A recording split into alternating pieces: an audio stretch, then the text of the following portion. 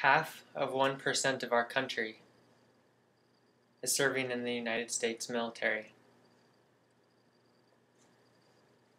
That's only 1.5 million out of more than 313 million people that are in our country. Only 7% of our country can call themselves veterans. Hi, my name is Lawson, and I'm an Iraq War veteran. I wear this hat because I earned it, not because I want it to become an opportunity for people to discuss my service or ask me questions about it. And yet when I go out into the community wearing this hat, people ask me questions. Did you ever see any action? Did you ever kill anyone? Did you ever see anyone die? Those are just a few of the common questions that people ask. At first I tried answering these questions, and yet after every one of those experiences I was left feeling hollow.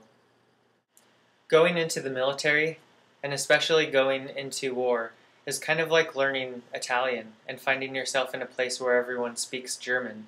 You're not able to communicate with those people in a way that either of you understand. And that's kind of the way that veterans feel when they come back to their home, to their neighbors, to their families, to their community. They try to communicate with these people, and their community tries to communicate with them.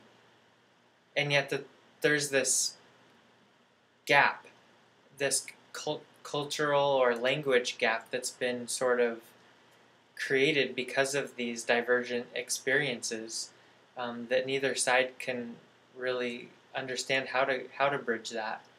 And so often this is where many veterans are feeling frustrated in their interactions with society. At least for me, I know that that's why I feel like I've been so frustrated, because people ask these questions to me and they don't even know what they're asking. They haven't really considered what it is that they're actually asking of me.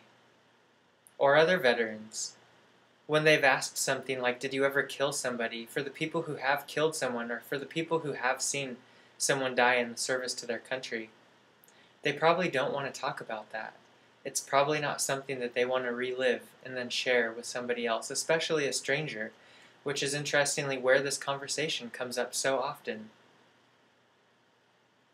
For the person who hasn't seen someone die or hasn't killed someone, a majority of our military actually that is in service probably falls into one of those categories.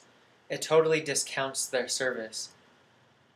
It doesn't create space in the conversation to honor their service and to allow the possibility that they're dealing with extremely challenging situations that may not have to do with either one of those very specific things that they've proposed in their question to the veteran.